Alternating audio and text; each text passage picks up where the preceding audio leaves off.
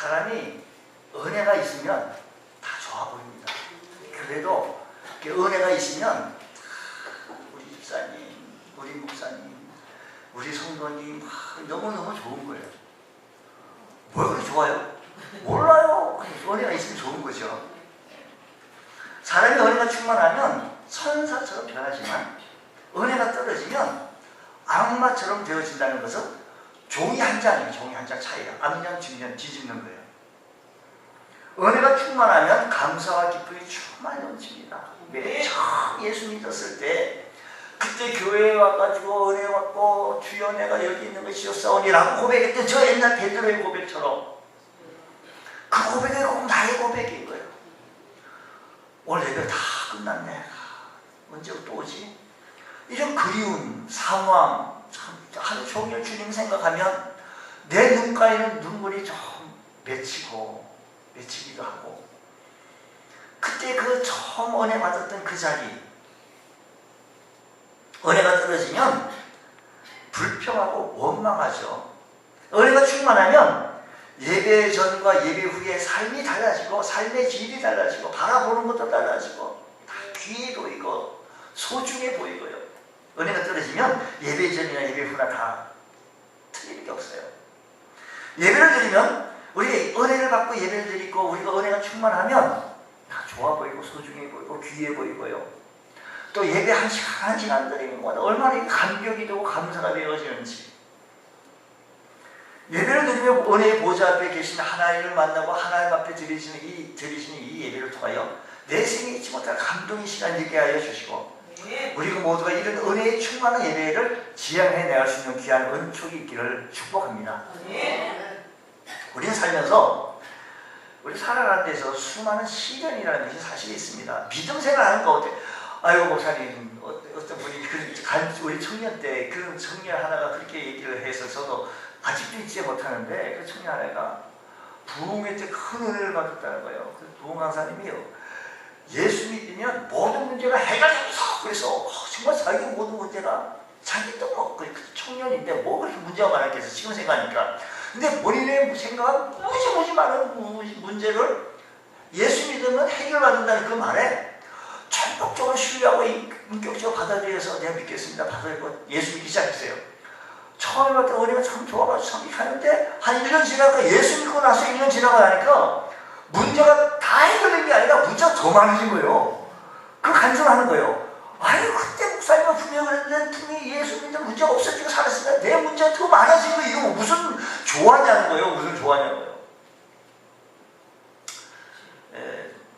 우리가 은혜를 우리가 받게 되었으면 은혜를 베푸신다면서 우리 하나님께서 왜 내게 이런 문제를 다 이렇게, 하나님께서 내게 은혜를 베푸신다면 왜 내게 이런 문제를 또 이렇게 산적스럽게 내주느냐 의문을 가질 때가 있습니다. 그러나 하나님의 은혜는 문제가 없어지리라고 하고 없어지겠다라고 하는 약속이 아니라, 도움의 은혜는 시련이 없어지겠다, 문제가 없어지겠다 약속하지 아니하고 이 문제를 통하여, 이 시련을 통하여 하나님의 사람으로 정금같이 빛나게 해주시겠다는 겁니다.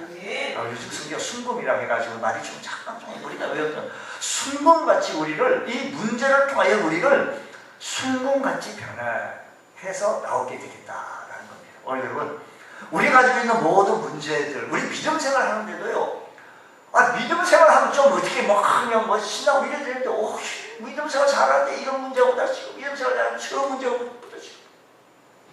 근데 그 문제를 부닥치는 이 문제 가운데서 우리가 정금같이 빛내질 수 있는 그런 축복이 있기를 축복합니다. 제가 그냥 정금이라든 순금이라든 그게 그건 줄 알고 순금, 순금 같은 말로 받으시고, 그냥 쉽게 제가 외운 그대로 그냥 예전에 외우다 보니까 이렇게 그 이해를 하시고, 요즘 성경은 또 순금으로 나오고 예전에는 정금으로 나왔다는 얘기는. 자, 그러면 야곱이 이 문제, 어려운 시련을 통해서 12지파의 조상이 되어졌고, 요셉도 여러 가지 문제를 통해서, 요셉이 이야기하다가 이 시간 다 하도록 못하잖아요. 그래서 나중에는 국무총리가 되어진 걸 보면, 하나님께서는 그를 그렇게 문제를 통하여서, 억울하게 문제를 통해서 그를 정금같이 세워주시는 거예요. 오늘 우리들의 삶의 현장 속에서 예수 믿는 우리들에게도 여러 가지 문제들, 신앙생활, 교회생활 하는데 우리 교회 왜 이렇게 문제가 많아?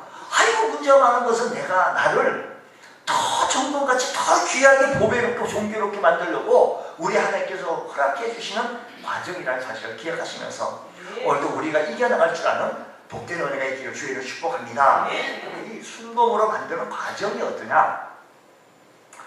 우리가 어떤 이런 과정을 통해서 순금처럼 정금처럼 빛낼 수 있겠느냐라는 것입니다. 우리가 문제를 만나면 순금을 만들려고, 문제를 통하여 순금을 만들려고 한다면 우리 문제 중에 있었을 때, 고통 중에 있었을 때, 시험 중에 있었을 때 이 시험 때문에 하나님을 멀리하는 것이 아니라 우리 인생길을 아시는 하나님께 나아가는 길, 이게 해결받는 길인 줄 믿으시기 바랍니다. 이제 하나님 앞에 나아가는 길, 욥은 이제 하나님을 섬기는 신앙, 독실한 신앙의 연인이 있어요.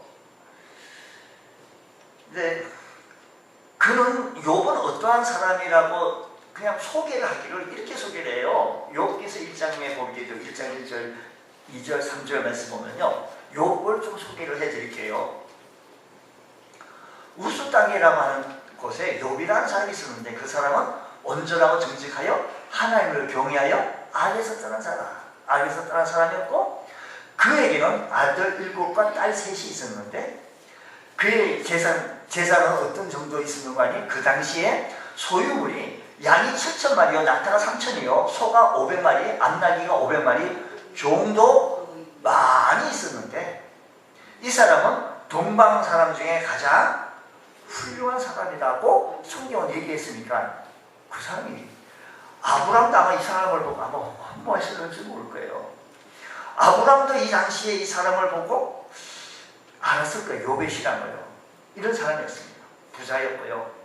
또 집안에 다복했고 그 당시 아들 7이고 딸이 3이면 아주 훌륭한 가정이 다 이렇게 다복했던 욥의 가정에 예기치 못한 고난이 찾아옵니다. 이 어느 날 성경에 나오는 어느 날 지금 욥에게 다가오는 5가지 고난, 5가지 문제가 찾아오게 되어진 거예요. 5가지 문제가 찾아오게 되어지는데 하루아침에 그 많은 재산, 이 정도의 재산이라고 한다면 소유물이 7,000만이라고 한다면 참 부자이거든요. 부자. 그 당시 참 많은 부자였어요. 근데 그걸 다 잃어버렸어요. 하루아침에. 그리고 7남 3녀가 하루아침에 다 죽어버립니다. 7남 3녀가 다 죽고 또 본인은 건강을 잃고 질병 가운데 죽음에 예기치 않은 위험이 찾아오고 위기가 찾아오고 이 모습을 본 자기 부인은 에이 하나님으로 가 죽어라 하고 그냥 나가버렸어요. 뿐만 아니라 그의 친구들은 위로한다고 찾아와가지고 얘기하기를 소금 뿌리는 거죠. 너 쓰리스 아주 고통 맞죠. 이렇게 아주 살까 비켜진데 그냥 쓰린 뭐 바르는 거죠.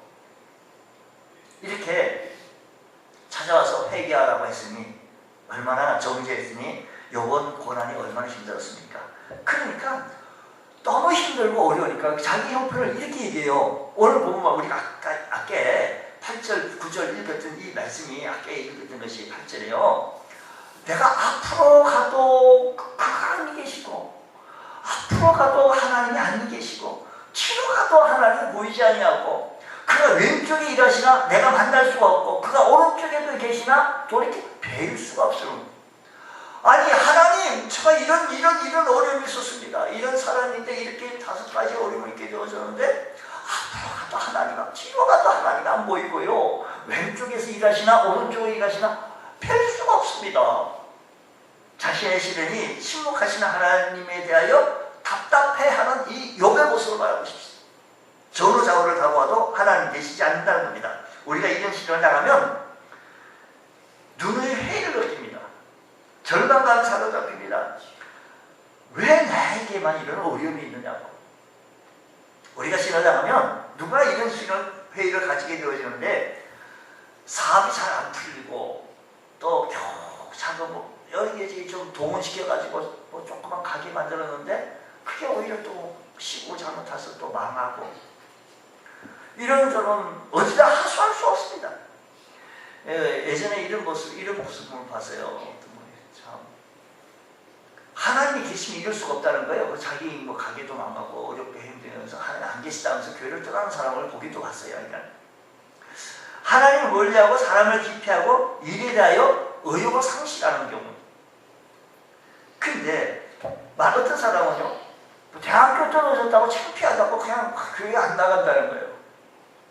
어떤 사람은 대학교 떨어졌으니까 내가 하나님 앞에 의지하고 하나님 앞에 기도하겠다고 나와가지고 열심히 기도하고 열심히 공부해가지고 그 다음에 또 들어갔어요. 요즘 뭐 대학교 들어가기가 뭐 그렇게 어렵지 않은 것 같은데, 예전에는 뭐 1차 시험 전기 후기에 있어 2차 시험 참 쉽지 않았습니다.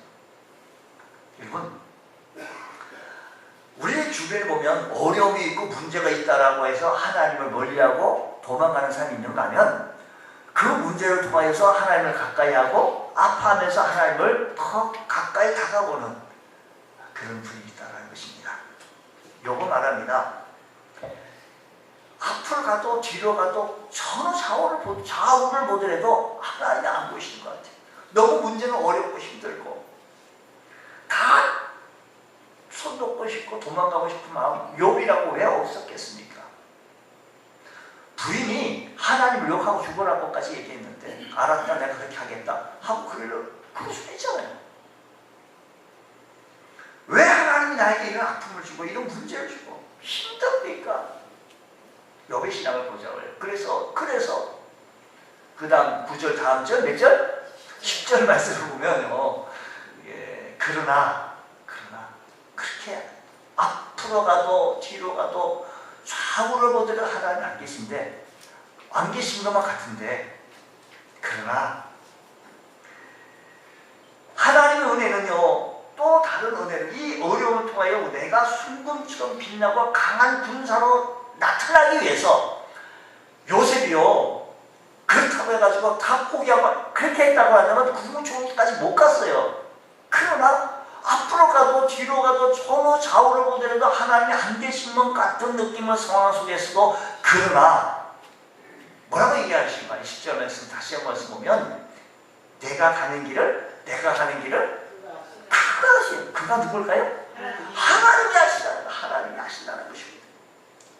여러분, 오늘 우리들 삶의 현장 속에서 안 보이는 거고 깜깜한 이런 상황 속에 있고 문제 속에 있다 하지 않으시죠? 우리 믿음생활, 아유 내가 좀 해보려고 하는데 또 교회 신앙생활 하는데 이렇게 얽히고 사람들끼리 또 부닥침이 있고 또 목사와 여러 성도 간의 부닥침이 있고 여러 가지 아플 수 있어요.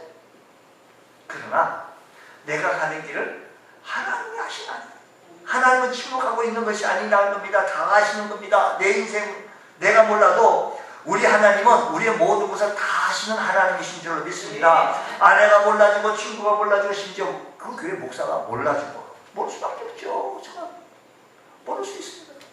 자식이 몰라주고 남편이 몰라주고 시어머니가 며느리가 다 나의 사정을 몰라줘도 우리 하나님은 내 억울함을, 나의 고통을, 나의 사정을, 나의 실수를, 나의 상처를 다 알고 계시는 줄 믿으시기 바랍니다.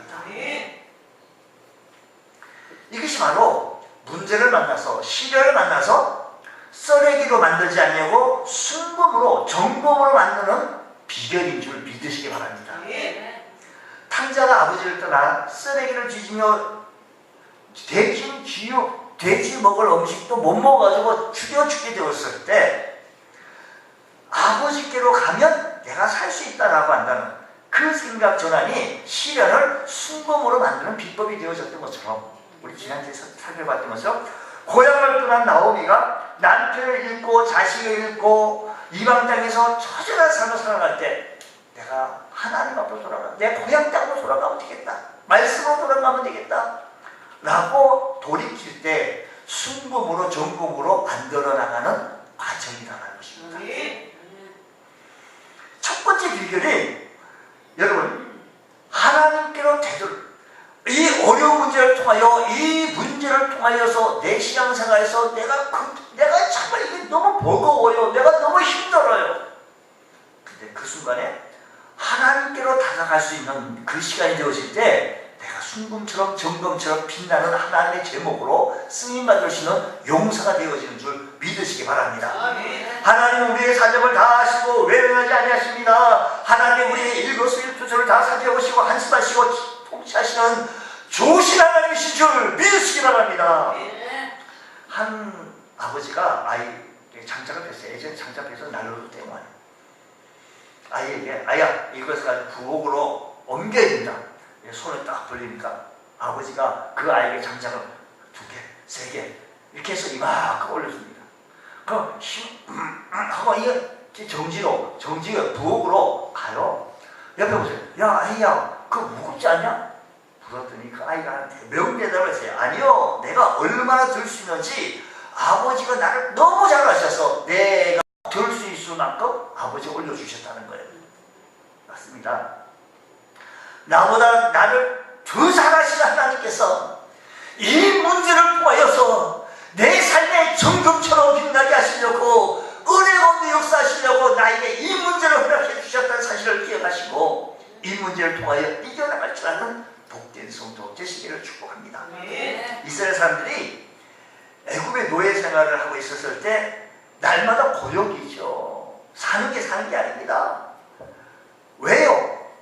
남자가 태어나면 강에다 던져. 뭐라는 거죠? 죽여가는 거예요. 이게 사는 겁니까? 아니 그냥 너무 힘든 노동을 시키는 것도 어떻게 버텨보겠는데 아이가 남자아이가 나오면 죽여라. 이건 뭐 삶이 사는 게 아니지. 그 아이를 키워가지고 던진다는 것은 그 마음이 어떻겠습니까? 그때 하나님은 출애굽기 3장 7절 말씀 보면 이렇게 얘기해요. 그러니까 너무 어려우니까 이스라엘 백성들이 하나님 앞에 우리의 문제가 우리가 해결하기가 이게 너무 어려운 거예요. 이거 사람이 할 수 있는 일이 아니에요. 여러분 사람이 자기 자신 아세요? 던지서 죽일 수 있겠어요? 할 수 있는 게 아니잖아요. 할 수 없다고 울부짖을 때 7절 말씀 보면요. 내가 애굽에 있는 내 백성의 고통을 분명히 보고 그들의 간독자로 말미암아 부르짖음을 듣고 그 근심을 알고 우리 하나님은 보셨고 우리 하나님 그 부르짖는 그 소리를 들으시고 그 모든 근심을 우리 하나님은 어떻냐 아셨다는 것입니다. 그래서 어떻게냐 아직도 멀쩡한 멀리 계시는 하나님이 아니라 이어서 8절 말씀 보면 이렇게 얘기해요. 내가 내려가서 그들 애굽인의 손에서 건져내고 그들을 그 땅에서 인도하여 아름답고 황대한 땅 족각 뿌리 흐르는 땅 곧 가나안 족속, 헷 족속, 아모리 족속, 브리스 족속, 히위 족속, 여부스 족속의 지방에 데려가려 하노라는 것입니다. 여러분 모르시는 하나님이 아니시고 때가 되니까 하나님께서 이렇게 8절 말씀 보니까 역사하신다는 겁니다. 일하시겠다는 것입니다. 여러분 수많은 시련을 당했던 사람 성경 인물들은요 다윗도 지금까지도요 다윗의 굿띠 별을 그려놓고 추앙을 해요. 근데 다윗은 그 당시에 얼마나 힘들었습니까? 하다못해 적진으로 들어가가지고 미친 척하면서 아주 미친 사람처럼 그냥 침도 흘리고 그랬다고 하잖아요. 얼마나 힘들었으면 그렇게 했겠어요. 저 골리앗 장군을 때려 던졌을 때 그 용기가 어디 가고 그 용기는 다 사라지고 미친 척하면서 살려고 몸부림치는 그 근심 속에 있는 것. 그런 말합니다. 시편 139편에 말씀하시고 여호와여 주께서 나를 살펴보셨으므로 나를 아시나이다. 주께서 내가 안고 일었음을 아시고 멀리서도 나의 생각을 밝히 아시고 멀리서 내 생각까지도 아시는 하나님. 나의 모든 길과 내가 눕는 곳에서 살펴보셨으므로 나의 모든 행위를 잊게 하셨으니 여호와여 내 혀의 말을 알지 못하는 것이 없다는 것입니다. 사랑하는 성도 여러분, 직장생활 하다가 문제가 있습니까? 여러분 삶의 현장 속에 그렇다고 안 살 수 있어요? 그렇다고 내가 다 직장을 때려칠 수 있어요? 아니 교회 생활 하다가요 문제가 있고 아프니까 신앙까지도 포기하고 싶습니까? 성경이 이렇게 얘기해요. 그 문제를 가지고 나를 우리 하나님 정금처럼 순금처럼 빛나게 아름답게 만들려고 그 문제를 통하여 통과하라는 거예요. 그 문제를 통해 멀리 가지 말고 여기 나온 그러나 나의 인생길 하시는 그가 하시나니 그를 향하여 달려나오는 우리 주의 성도 되셨을 때 우리 모든 주의 아름다운 군사가 되시고 우리 모든 주의 아름다운 훌륭한 주의 용사 되셔서 이 마지막 날 하나님 나라를 위하여 귀히 쓰임받을 수 있는 하나님의 복된 권속 되어지시기를 주의 이름으로 축복합니다. 우리 머리카락 다 세심 바치신 하나님, 내 거룩을 하시고 내 믿음의 분량을 하시는 하나님께서 이것을 통과해보라고, 땀을 내보라고, 이겨보라고 역사하신 주님, 하나님 멀리하지 말고 그러나 내 인생길을 그가 하시나니 그를 향하여 달려나올 줄 아는 복된 성도 되셨을 때 이 시대에 하나님의 사람으로 불금케 해주시는 귀한 역사가 있게 되어질 것입니다. 우리가 시련을, 문제를 순금으로 만들려고 한다면 시련이 끝이 아니라 그 과정이 있는데 그 과정이 단련의 과정이라는 겁니다. 10절 오늘 본 말씀 다시 말씀보면 이렇게 얘기해요. 아주 중요한 말씀입니다. 그러나 내가 가는 길을 그가 하시나니 그가 나를 단련하신 후에, 그가 나를 단련하신 후에는 나를 세워주시겠다는 것. 단련의 과정입니다. 쇠붙이를 불에 달고서 두드린다는 것은 깨끗하고 강하게 만들기 위하여 단련합니다. 단련하는 데는 목적이 있습니다. 이것을 단련시켜 두들겨서 더 크고 귀하게 쓰시려고 쇠붙이를 불에 녹여서 단련합니다. 지금보다 더 귀한 하나님의 사람으로, 지금보다 더 귀한 축복으로 우리를 세워주시려고 때로는 이 모양 저 모양 단련하실 때 주여 이겨나가게 하여 주옵시고 승리하게 하여 주옵소서. 하나님의 손에 잡혀 말할 수 없는 고난이지만 단련을 받을 때는 반드시 변화되어진다는 사실을 기억하시면서 주님, 이 문제를 잘 통과해냈던 하나님의 사람, 믿음의 사람, 히브리서의 11장에 나타나는 하나님의 믿음의 영웅들처럼 이겨나갈 수 있는 은혜가 있게 하여 주옵소서. 하나님의 일꾼된 사람은 아무도 없습니다. 단련받지 아니하도록 단련받은 후에 비례하여서 하나님이 일을 했던 것을 봅니다. 내가 얼만큼 단련시켜서 하나님이 크게 쓰임받게 있다. 하나님은 욥 역시 크게 쓰시기 위하여 하나님은 욥을 크게 단련했습니다. 그래서 그가 말하기를 그가 나를 단련하시고 그래요. 단련하시고 심한 고통의 끝이 아니라 하나님의 단련의 과정으로 볼 줄 아는 믿음의 시야가 우리에게도 있기를 주의로 축복합니다. 하나님은 하나님의 사람을 단련시켜 사용하셨습니다. 아브라함도 그랬으며 야곱도 요셉도 모세도 다윗도 예수도 다니엘도 에스라도 베드로도 바울도 모든 사람들 행적들을 바라보면 그렇게 쉽게 된 건 아니에요. 그 과정을 지켰던 겁니다. 사랑하는 성도 여러분, 오늘 우리들의 삶의 현장 속에 이 단련, 고난이죠, 아픔이죠.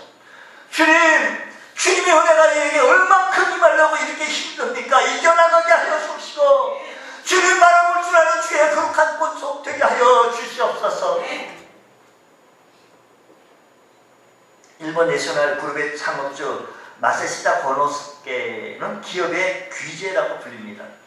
94세로 운명할 때까지 산하의 570개 기업 종업원 13만 명을 거느린 대기업의 총수 자리에 올랐습니다. 기자가 묻습니다. 어떻게 해서 이렇게 높이 됐습니까? 어떻게 이처럼 큰 성공을 하셨습니까? 그는 말합니다. 세 가지 하늘의 은혜를 입고 태어났다고 대답합니다. 세 가지 은혜는 뭐냐면 자기는 가난한 것, 둘째 허약한 것, 셋째 못 배운 것, 이게 하늘의 세 가지 은혜를 입었다는 겁니다. 다른 사람은 요거 가지고 보세요. 가난하지요, 몸도 허약하지요, 배운 게 없죠. 그거 성공할 수 있게, 난 성공 못한다 포기하고 다 하면 그렇게 됐겠죠. 나는 가난 속에 태어났기 때문에 부지런히 일하지 않고는 잘 살 수 없다는 진리를 깨달았고, 약하게 태어난 덕분에 건강의 소중함을 깨달아 일찍이 깨달은 몸을 늘 관리해 나가고 조심했다. 세 번째, 초등학교 중퇴했기 때문에 모든 사람을 스스로 받아들여 배우는 데 노력하여 많은 지식을 얻었다는 것입니다. 이러한 불행한 환경들이 나를 성장시켜주기 위해서 하늘이 준 시련이라고 그런 생각했다는 얘기겠죠. 여러분, 하나님은 사람을 쓰시기 위해 이런저런 훈련된 병사가 적을 이기는 장군이 되어지는 것처럼 우리 하나님께서는 믿음 생활, 교회 생활을 해나가다가 또 직장 생활, 가정 생활, 사회 생활 해나가다가 이런저런 어려움이 있을 때 여러분 어찌할랍니까? 주님의 은혜를 알게 하여 주옵시고 주의 길을 알게 하여 주옵소서. 토기장이가 흙으로 빚어 그를 만들 때는 불가마에 넣을 때 도자기 굽는 온도에 따라 독이, 석기, 자기로 구분한다는 거예요. 몇 도, 어느 700도에서 1000도는 유약을 바르지 않는 것을 톡이라고 부르고요. 1100도에서 1200도 굽는 것을 독이, 1300도 굽는 것을 석기, 1300도 이상의 고온을 굽는 것을 자기라고 해요. 여러분, 오늘의 문제가 조금 온도가 높습니까? 나를 더 크고 귀하게 쓰시려고. 여러분, 하나님 앞에 나가서 하나님의 쓰임받기 위해서 주님 앞에 좀 땀 좀 흘려보지 않겠습니까? 애를 한번 안 써도 이게요, 우리가 주님 섬기는 것이 내가 조금 복골처럼 운동할 때도요, 전혀 그냥 가벼운 거, 솜털 같은 거 갖고 연기를 넣는다고 이렇게 근육 하나도 안 생길 거예요. 자기에게 조금 이렇게 덕이, 그래서 높여가는 거예요, 키로수를. 용광로의 찌꺼기가 제거되고 모든 불순물이 제거되기까지 우리가 단련하신 후에 하나님께서 나를 쓰신다고 하셨을 때 내가 허리 얘기하기를 내가 믿음 생활 하는 거예요. 궁시렁 배워요. 시험 들었다는 거, 아프다는 거, 힘들다는 거예요. 여러분, 하나님의 용사들은요, 펴들어 나가려 달려나가는 주의 병사들은 하나님은 시련을 끝으로 생각하지 않으려고 하나님 앞에 간구하고 나갔더니 사무엘이라는 그 시대에 훌륭한 지도자를 얻습니다. 주여, 오늘 우리들에게도 이런 단련의 과정을 이겨나가게 할 수 있는 믿음을 허락하여 주시고 주님 나라를 바라보게 하시고 주님을 바라볼 줄 아는 영안이 열려지게 하여 주시며 하나님 나라의 확장한 내 귀 쓰임받았으나 하나님의 사람이 되게 하여 주시옵소서. 우리 모두가 이런 귀한 용사 되시기를 축복합니다. 우리가 시련을 순금으로 만들고 우리의 모든 문제를 정금으로 만들기 위해서는 그 결과를 오늘 다시 말씀보면, 그러나 앞으로 가도 뒤로 가도 전후 좌우를 보더라도 하나님 안 계신가, 하나님이 역사하시는가, 일하시는가 같이 안이 보이는데, 그러나 내가 가는 길을 그가 하시나니 그가 나를 단련하신 후에는 내가 정금같이 되어 나오리라.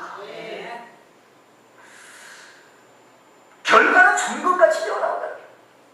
순금으로 나온다라는 이 말은요, 야차라는 말을 빛난다라는 말입니다. 빛난다. 결국 시련을 통과하면 이 단련하면 순금처럼 빛난다라는 겁니다.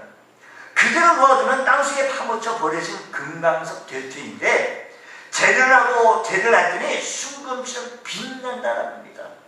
우리 하나님께서 우리들을 빛나게 하시려고요. 우리 하나님 우리들을 빛내게 하시려고요. 오늘 우리들에게 이런저런 힘을 주셨을 때 이겨나갈 줄 아는 하나님의 손에 붙들려 시련의 용광로를 통과하면 버려진 금강석이 아니라 순금처럼 우리의 삶이 빛나는 삶이 되어질 줄로 믿습니다.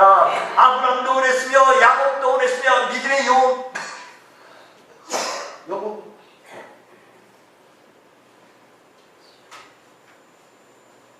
모두가 그랬습니다. 불을 금을 연단하듯이 하나님께서 고난 가운데서 단련하게 해서 정금같이 순수하게 허물없는 신앙으로 만들어 주실 것을 믿습니다.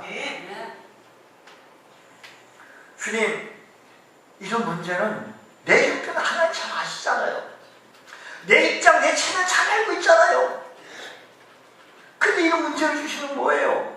그 이유를 구체적으로 알지는 못하지만 하나님께서 이 고난을 허락하신 목적과 고난이 가져다 줄 영광스러운 결과를 알았기에 끝까지 인내할 수 있었던 것은 하나님 우리를 순금처럼 만들기 위하여 이런 훈련을 하시고 존귀한 사람으로 세워주시기 위하여 이렇게 세워주셨으니 주님 붙들고 이겨나갈 줄 아는 복된 성도 되게 하여 주옵소서. 농장에 허리케인이 불어닥쳤습니다. 집과 농작물, 가축물 모두 날아가 버렸습니다. 농부는 절망하여 주저앉았습니다. 그때 무너진 닭장 속에서 벼슬이 찢어지고 온몸이 만신창이 되어진 수탉 한 마리가 비틀거리며 나와서 수탉은 날개를 퍼덕이며 무너지지 않는 담장 높은 곳에 올라가 햇살을 바라보며 목청껏 외쳤습니다. 꼭이요! 제가 좀 더 흉내를 더 살려면 좋을 텐데, 그래서 오늘 방송 영상을 통하여 한번 틀어보려고 했는데 이게 좀 곱게 울음소리가 좀 잘 안 나와가지고 이 모습을 본 농부는 용기를 얻었습니다. 그래, 다시 일어나자. 나도 하늘을 향해 울고 있는 저 수탉처럼 내가 다시 일어나자라는 거였어요. 우리에게도 고난이 없고 우리에게 문제가 있다라고 주저앉을 있을 것이 아니라 다시 일어나자라는 신앙을 가질 수 있는 은혜가 있기를 축복합니다. 내가 가는 길을 알지 못하지만 이 문제를 통하여 바라보시는 주님께서 나를 통하여 역사하시는 귀한 목적이 있다 사실 기억하여 주시고, 하나님의 고귀한 나라를 확장하기 위하여 이렇게 쓰임받는다는 사실 앞에 영광되이 쓰임받을 수 있는 주의 성도가 되어진다고 한다면, 주님, 이 순간은 달려맞는 순간이 땀이 나고 어렵고 근육이 베기고 힘들지만 나를 순금처럼 세워주시겠다고 하시는 이 약속의 말씀에 근거하여 하나님을 향하여 울부짖습니다. 주여 함께하여 주시옵소서. 이런 은혜가 우리에게도 일어나기를 원합니다. 주님, 이런저런 어려움을 바라보고 낙심하지 않게 해주시고, 주님, 내가 가는 길을 크하신 하나님, 그가 나를 단련하신 후에는 나를 정금같이 되어 나를 세워주시겠다고 하셨으니, 말은 뭐냐면 빛나게 해주세요. 여러분, 여러의 삶이 빛나야 되지 않습니까? 여러의 입장이, 여러의 체면이 빛나기를 원합니다. 우리 하나님의 은혜가 임하면요, 하나님의 은혜가 임하면 다 이겨나갈 수 있어요. 하나님의 은혜가 있으면 이 문제를 통해 낙심하고 저 멀리 갔더니 아니고 아니고 하나님 앞에 더 가까이 하고 하나님을 더 교회를 가까이 하고요, 목사님을 가까이 하고요, 집사님을 좀 가까이 하고. 교회 은혜가 떨어지니까 다 보기 쉬운 거예요. 지금 목사님, 아이고 지난번에 은혜가 떨어지니까요 이상하게 돼요. 말도 이상해요. 여러분, 은혜가 임하기면 우리 인생길을 하나님이 하신다는 믿음을 가지고 하나님 앞에 가까이 나오니까 멀리 가는 게 아니고, 교회를 멀리 가는 게 아니고, 멀리 떠나는 게 아니고 가까이. 우리는 이 문제의 끝이 아니라 이 단련의 과정이라는 사실을 기억하시면서 단련을 잘 받고 나오면 우리를 빛이 나게 세워주신다는 사실을 기억하셔서 먼 훗날 우리 주님 앞에 섰을 때 내가 한다, 내가 그걸 모든 걸 알고 있었다라고 우리 주님의 음성을 들으면서 세워주시는 빛나는 삶 되시기를 주의 이름으로 축복합니다. 기도하겠습니다. 하나님 아버지, 감사합니다. 오늘 이 시간에도 주의 은혜를 기립니다. 하나님, 저희들에게 은혜가 충만케 채워지게 하여 주시옵소서. 하나님 은혜로 바라보게 하시고 은혜로운 삶을 살아갈 수 있도록 주여 역사 가운데 역사하여 주시옵소서. 은혜로 충만케 채워지게 하여 주시옵소서. 은혜와 사랑이 충만한 교회 되어지게 하여 주시고, 출석하는 온 성도들, 권속들 위에 하나님의 은혜가 충만히 임하게 하여 주옵소서. 오늘 우리들의 가지가지 문제를 가지고 하나님 앞에 달려나왔습니다. 하나님, 이 단련을 가져가여 나를 빛나는 귀한 삶을 세워주시겠다고 하셨사오니 주여 승리하게 하여 주시옵소서. 믿사하며 예수님 이름으로 기도드리옵나이다. 아멘.